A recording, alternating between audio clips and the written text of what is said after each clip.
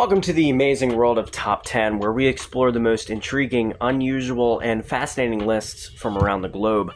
I'm your host, Mark, and today we're diving into the wacky and wonderful world of video games. From the utterly bizarre to the downright strange, these are the games you wouldn't believe actually exist.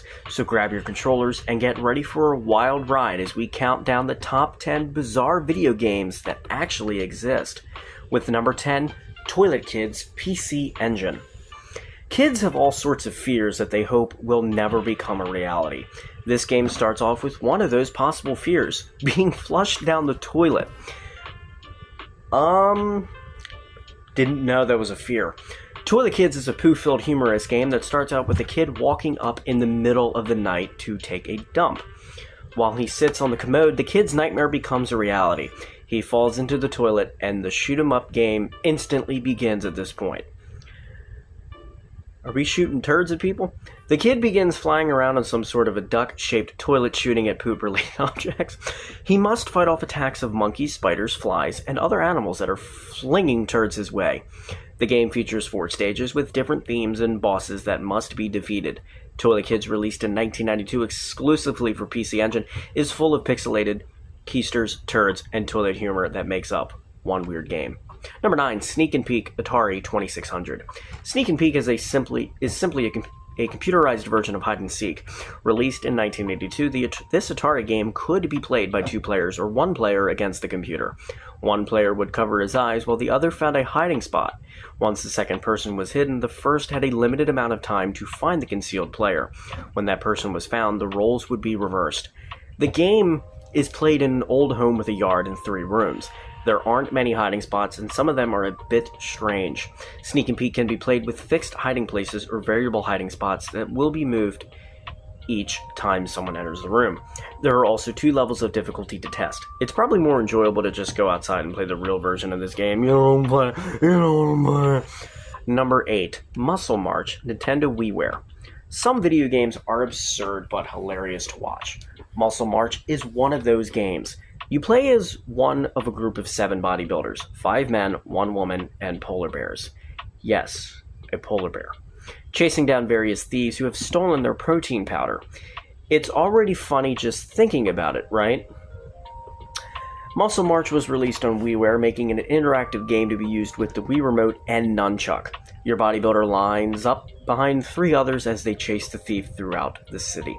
The thief will bust through walls, and it is the player's responsibility to make the same pose through the wall as the thief in order to continue pursuit through the hole.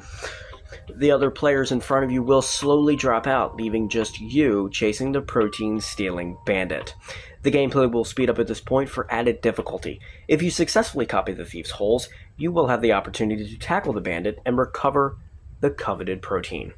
Number 7, Seaman, Sega Dreamcast.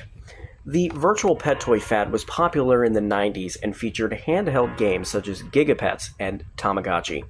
There was a much less popular game about virtual pet raising that also hit the market toward the end of the fad.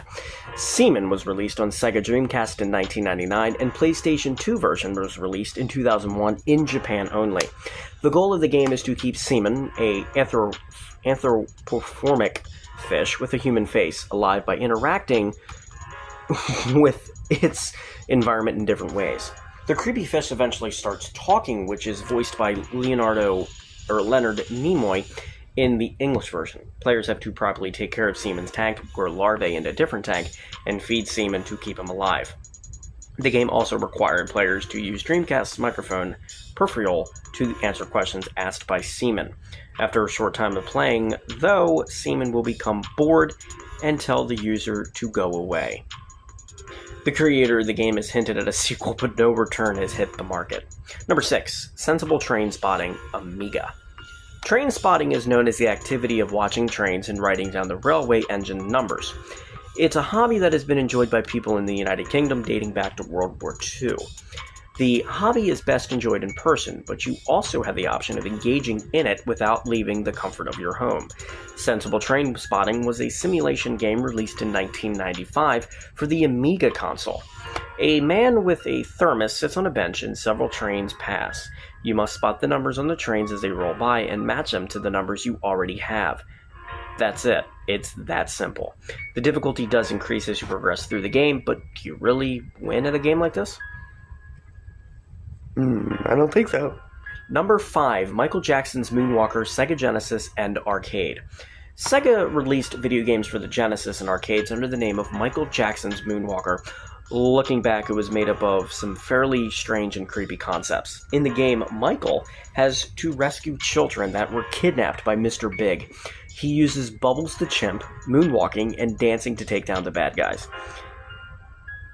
Just when I thought the human species couldn't get any weirder, it gets creepier. I was wrong.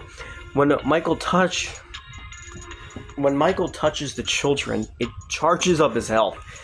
There's even a button to perform the famous crotch grab. Although it serves no actual purpose in the game. I'm sorry that I did that. When he dances, it makes his enemies break out in a rhythmic dance routine before they die. The game is rather controversial, but you don't get to jam out to some of his top hits while playing. You do. Number 4, Playboy The Mansion, Xbox, PS2, and PC. Everybody wants to be like Hugh Hefner, am I right? You know I'm playing. You know I'm playing. Well, you get to play him in Playboy The Mansion, sort of. This game from 2005 blends social simulation with role-playing and empire building, which is similar to The Sims. The goal of the game is to build the Playboy Mansion and magazine into a powerful brand. You hire and fire journalists and photographers along with lining up photo shoots and interviews for the magazine. The quality of each component of the magazine is based on how well each person likes half. Photo shoots and interviews are also only as good as the relationships those people have with half. The whole game really depends on how well everyone likes half. It's a strange model for a game, especially coming from a company like Playboy. Number 3, Samurai Zombie Nation, NES. In 1999, a mysterious meteorite that crashes into the Nevada desert turns out to be Darkseid, an evil alien with horrible powers. That's how Samurai Zombie Nation for NES starts out, but that is only the beginning. Darkseid shoots magnetic rays that turn the people of America into zombies and bring the Statue of Liberty to life for its own benefit. He also gained possession of his most deadly weapon, the legendary samurai sword, Shora.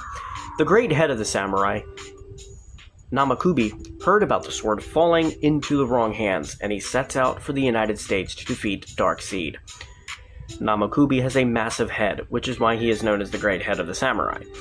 He is able to shoot projectiles from his eyes and acid spit from his mouth. He also eats zombie corpses for extra points in health. This oddly satisfying game is played over 4 stages with 2 difficulty levels. Give this strange game a try if you think you possess the strength and knowledge to reclaim the magical sword and free the Americans from evil. Number 2, Mr. Mosquito, PS2. Ever wonder what it would be like to be a mosquito? Well, wonder no more. Mr.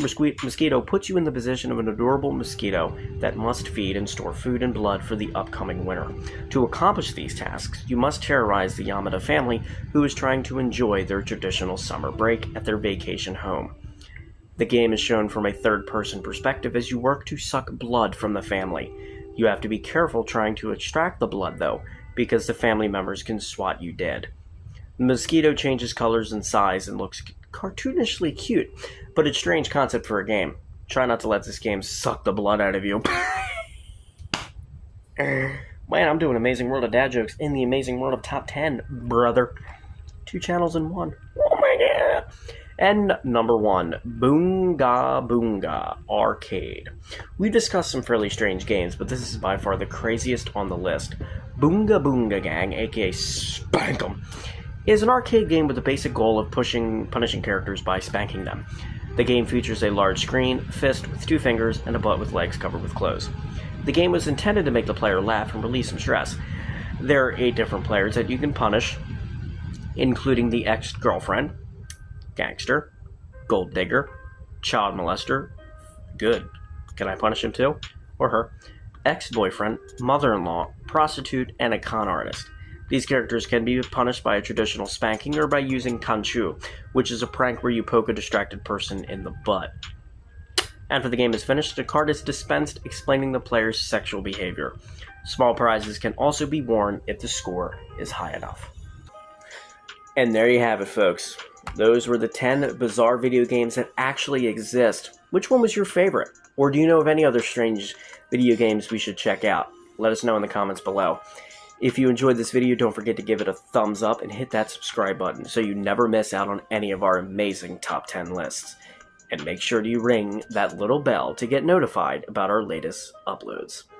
I'm Mark, and I hope you enjoyed, and I will see you next time in the amazing world of Top 10.